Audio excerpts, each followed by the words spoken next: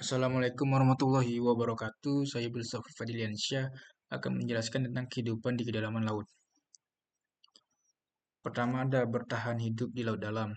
Naturalis Inggris Edward Roberts menyimpulkan bahwa kehidupan hewan tidak dapat hidup di laut dengan kedalaman di bawah 55 meter atau 182 kaki. Sinar matahari cepat memudar seiring bertambahnya kedalaman air.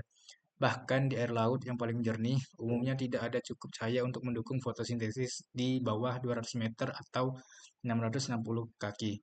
Energi panas juga diserap dengan cepat oleh air permukaan. Suhu di laut dalam tetap dingin sepanjang tahun.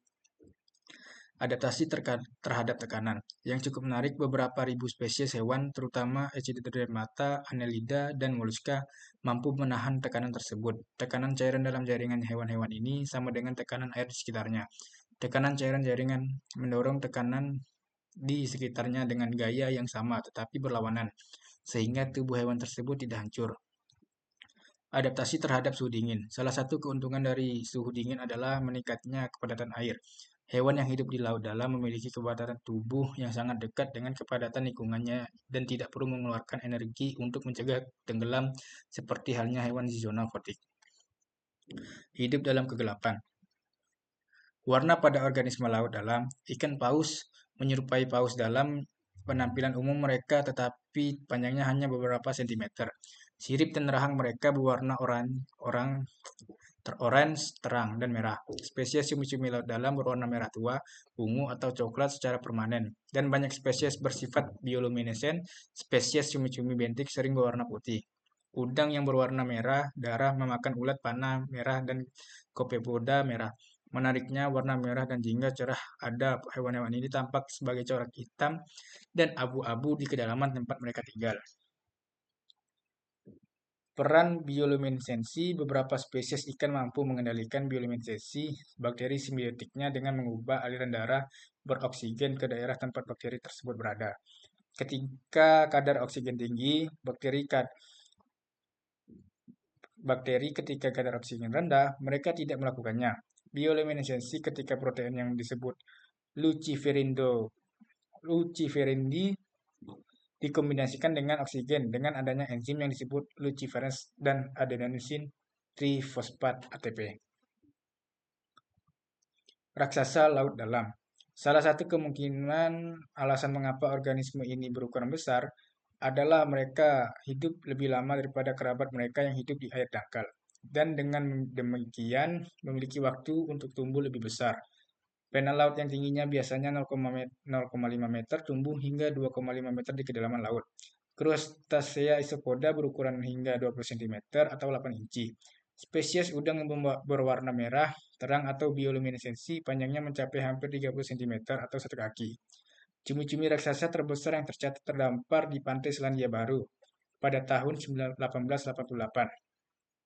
Panjang totalnya 8 meter atau 59 kaki, dengan tentakelnya mencapai 15 meter atau 49 kaki. Meskipun belum ada cumi-cumi raksasa yang pernah ditimbang secara akurat, perkiraannya mencapai 1 ton untuk spesimen berukuran besar. Spesies baru cumi-cumi di perairan dalam. Cumi-cumi ini dapat mencapai panjang 7 meter atau 23 kaki dan memiliki sirip yang besar dan mengembang. Bisa dibilang diri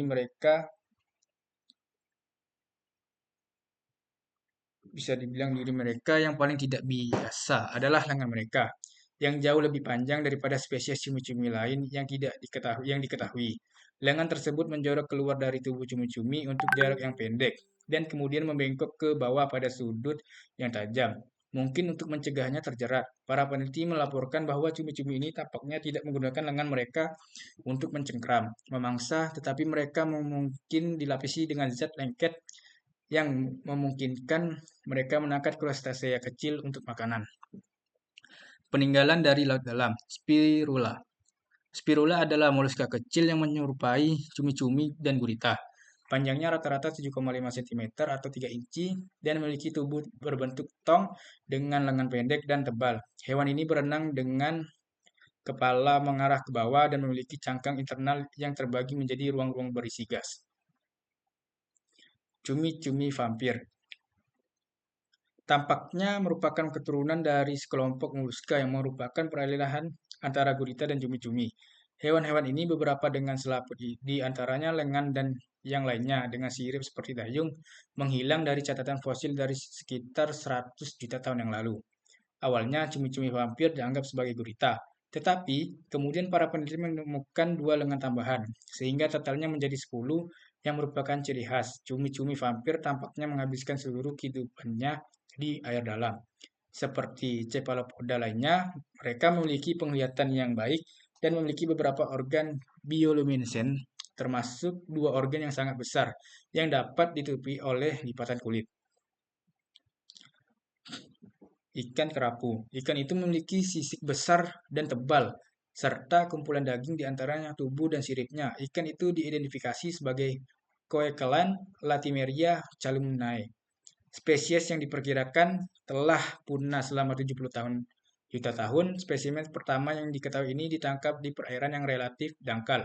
Penemuan Coekelan memberi para ahli biologi wawasan penting tentang evolusi tetrapoda.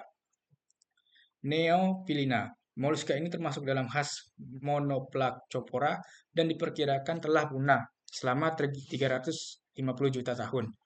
Hewan itu memiliki kaki besar berwarna merah muda dan biru. Mungkin digunakan untuk merangkak di sepanjang dasar lumpur untuk mencari makanan yang dikumpulkannya dengan tentakel pendek dan berdaging di belakang mulut.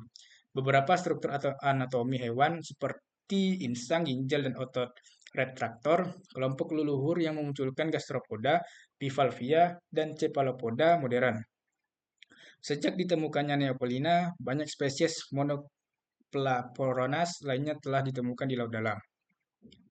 Kehidupan di dasar laut. Komunitas bentik. Sumber makanan bagi organisme bentik.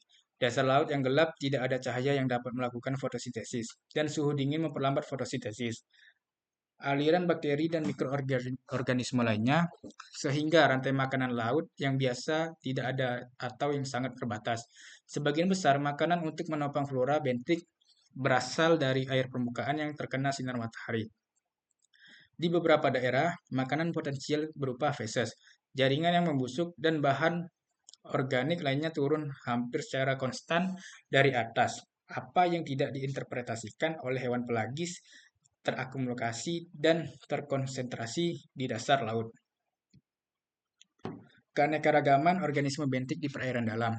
Meskipun kepadatan organisme bentik di laut dalam hanya sebagian kecil dari yang ada di bentos di laut dangkal, terdapat tingkat keanekaragaman yang mengejutkan. Salah satu hipotesis untuk sejumlah besar spesies adalah bahwa mereka tidak menyebarkan anak-anak mereka seefektif kerabat mereka di laut dangkal.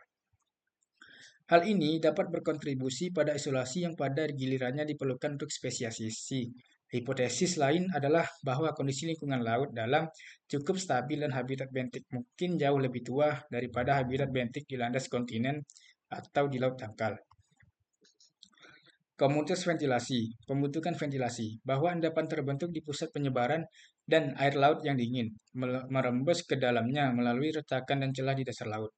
Air laut bersentuhan dengan magma basalatik yang panas, di mana ia melepaskan beberapa mineral ke magma dan mengambil yang lain, terutama belerang, besi, tembaga, dan seng. Air yang sangat panas kembali ke laut melalui struktur seperti cerobong yang dibentuk oleh mineral yang telah mengendap dari air panas. Perokok putih menghasilkan aliran cairan seperti susu yang kaya akan seng sulfida. Suhu air ini biasanya kurang dari 300 derajat Celcius.